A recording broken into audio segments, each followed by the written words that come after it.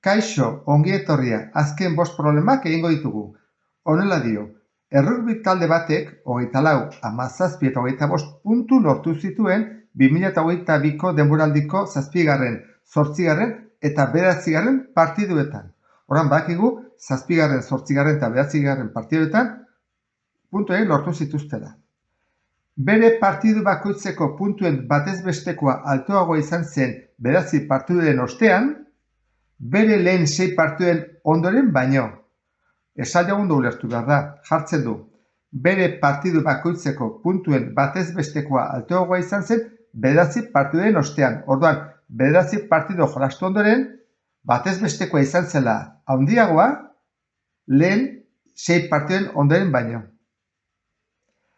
10 partida jokatu ondoren, batez bestekoa 22 baino handiagoa izan zen. Zein da bere 10. partidan egin zezaketen puntu kopuru txikiena? Hasiko gara orduan, lehenengo jartzen 10 partiduak, ezta? 1, 2, 3, 4, 5, 6, 7, 8, 9, 10. Guri galdetzen dute 10. Gu badakigu 3 hauena zein den, ezta? 24, 17 eta 25. Batutzen baditugu 3ak, izango litzateke 24, 17, 25, 6, 76, 3 zatitzen badut, 22. Horran, batez bestea da, 22, 22 eta 22. Esaten digute, lehenengo 6 hauen batez bestekoa, dela txikiagoa hauena baino. Orduan, ikusiko dugu, zein den lortu dezakegun punturik gehiena. Horran, gehiena izango litzateke, denak adibidez jartzea 22, eta bat 21koa. Batez besteko hau txikiagoa da guztionena baino. Uste dut ulertzen dela, ezta? Egiten baitugu batuketa guzti hauek zati 6 izango litzateke txikiagoa hau dena zati 9 egin baino. Ze honek egiten duena da batez bestekoa pixkat handitzen joan. Orduan, gure esate gute hau, ezta? Hau dela txikiagoa hau baino. Orduan galdera da, 10 partida jokatu ondoren, honekin, batez bestekoa 22 baino handiagoa izan zen.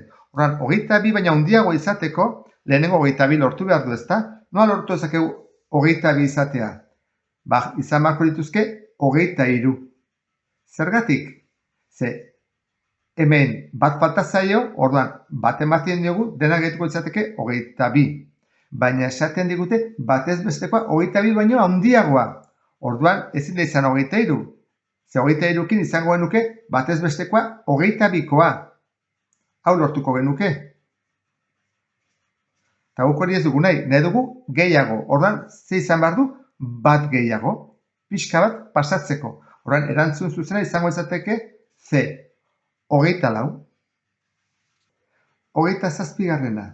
Andonik, Jonek eta Lolak 6 gezi jaurti zizkioten bakoitzak itu edo aztezkarra bati. Horran, hemen 6 daude botata, hemen 6 eta hemen 6. Eraztun beraren barruan edozein tokitan iltzatzen diren geziek puntu kopuru bera lortzen dute. Orduan, adibidez hemen erdian asmatzen bada edo hemen puntuazioa berdina da. Edo kanpoan, ezta? Hirugarrenean berdina da. Andonik 56 puntu lortu zituen, eta Jonek 34 puntu erakusten den bezala. Hemen ikusten da. Zenbat puntu lortu zituen Lolak?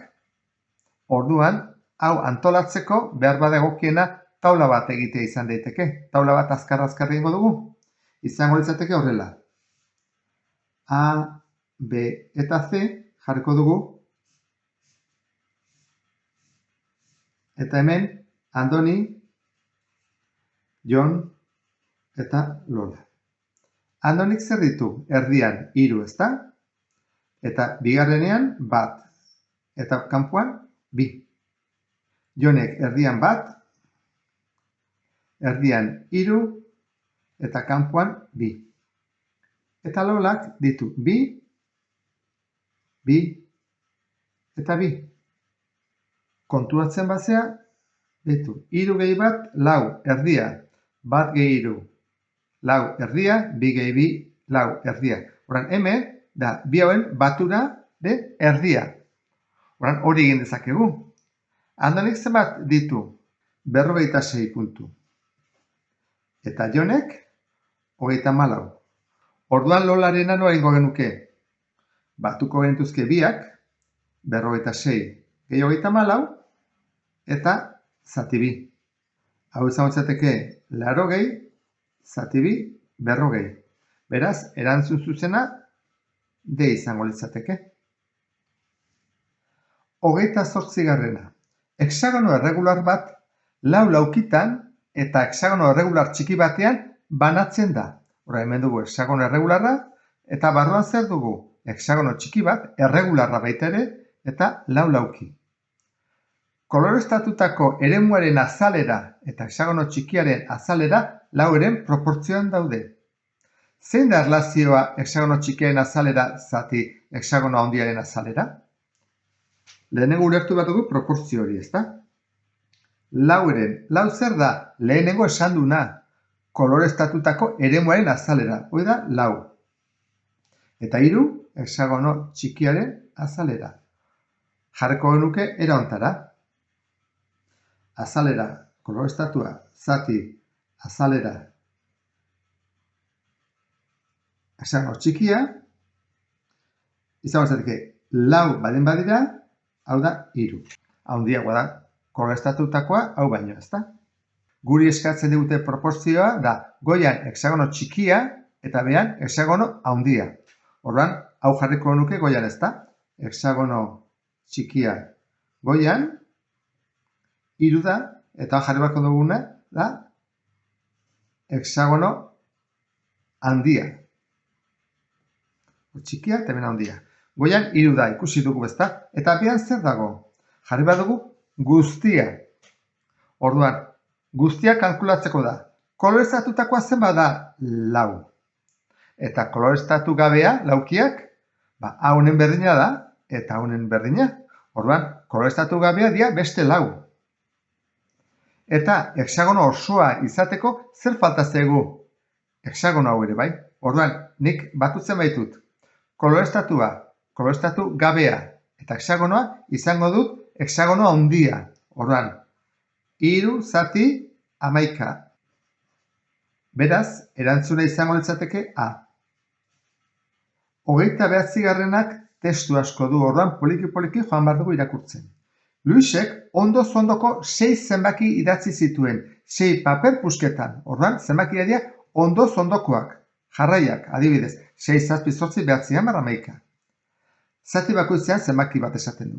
Paper puska horiek 3 txanponen aurpegian eta gurutzean itsatsi zituen. Orduan, 3 txanponek izango dute aurrean zenbaki bat eta atzean beste bat. Gero, 3 aldiz bota zituen 3 txanpon horiek. Lehenengo jaurtiketan denak aurpegiak atera zituen eta 6, 7, 8 zenbakiak ikusi zituen hemen daude. Irudian agertzen den bezala. Bigarren jaurtiketan ikusi zuen zenbakien batura 23 izan zen eta 3. jaurtiketan 17. Zein izan zen txanponetako 3 gurutzeetan itsatsi zituen zenbakien batura. Orduan 6, 7, 8 denak dira aurpegiak.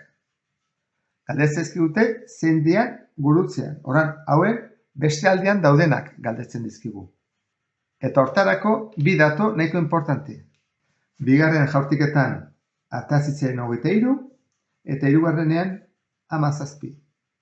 Orduan gu badakigu jarraia dielako izango da 6, 7, 8 eta gero zaiteke goraka gehienez beste 3, 9, 10, 11 eta beraka beste 3, ezta? 5, 4, 3. 3 hauek baditugu. Orain ikusi behar dugu nondik hasi, ezta? 23 edo 17. Lehenago 3 hauek batuko ditugu. 3 hauek batuta ematen digute 21, ezta? Hola jarriko dut.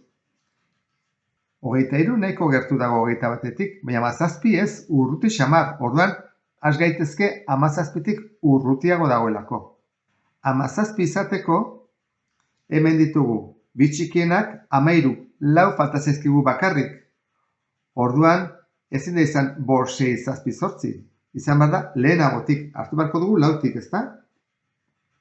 4, 5, 6, 7.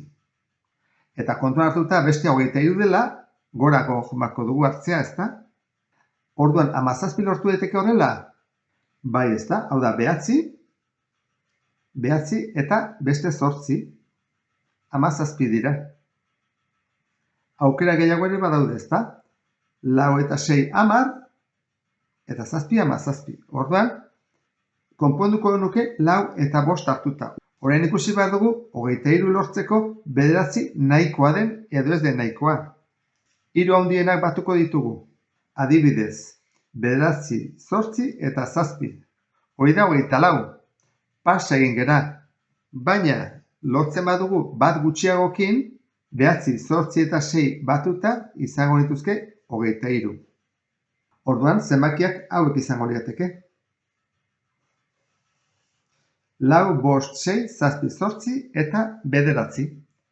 Era hortara lortu dugulako 21, 23 eta 17. Baina galdetzen digutena da, gurutzeetan itsatsi zituen zenbakien batura.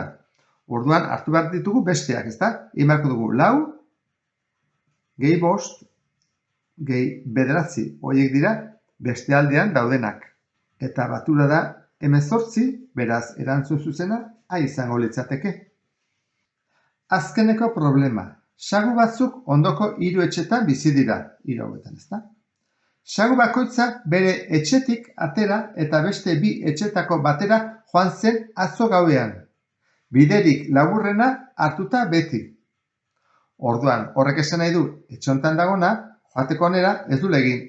Hau, luzeago dela, bezik, zuzenean joan dela, ezta? Hemengoak horrela. Eta esaten du baita ere, sagu bakoitza, horrek esan du, sagu guztiak etxez aldatu dutela.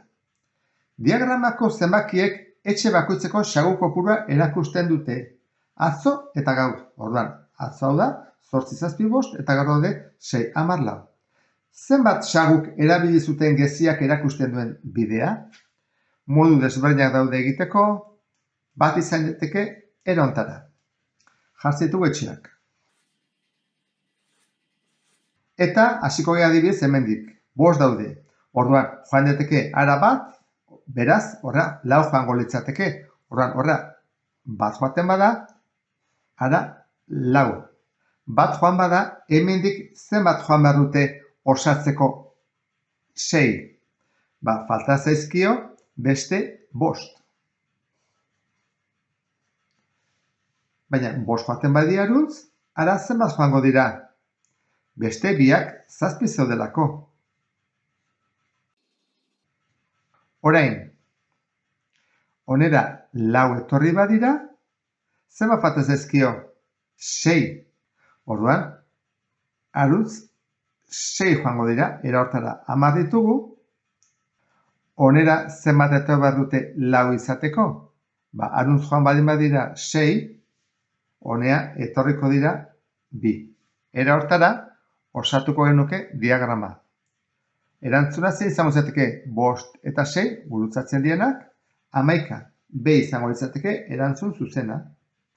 Bat egin dugun bezala, egin dezakegu 2rekin, ikusi ze gertatzen den, handiago jarriko dut, hobet ikusteko.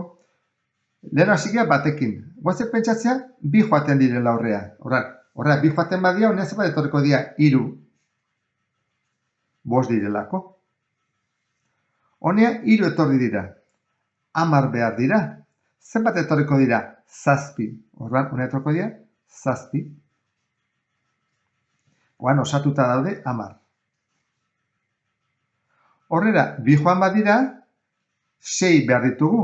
Zenbat falta zaizkio 4 joango dirara. Orain, baditugu 6. Eta hemen, behar ditugu 4. Ara, 4 joan dira, goraka, 4. Ara zenbat falta dira, 3 joango dira. Baina 4 behar dira. Orduan, ara, joan badin badira 7, honea zenbat etorriko dira, falta dena, 1. 3 eta 1, 4. Berriro, eman digu 11. Beste modua nola izango litzateke, algebra erabiliko dugu, Pentsa ezagun, honea etortzen dela A.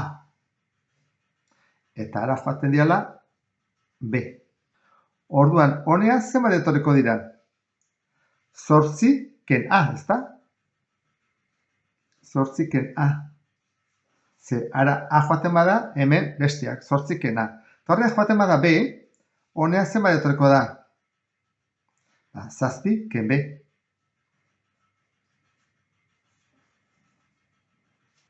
Zortzi ken A.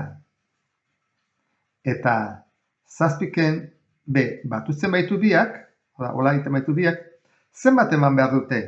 Eman behar dute lau. Honea etorri badutak, lau dira.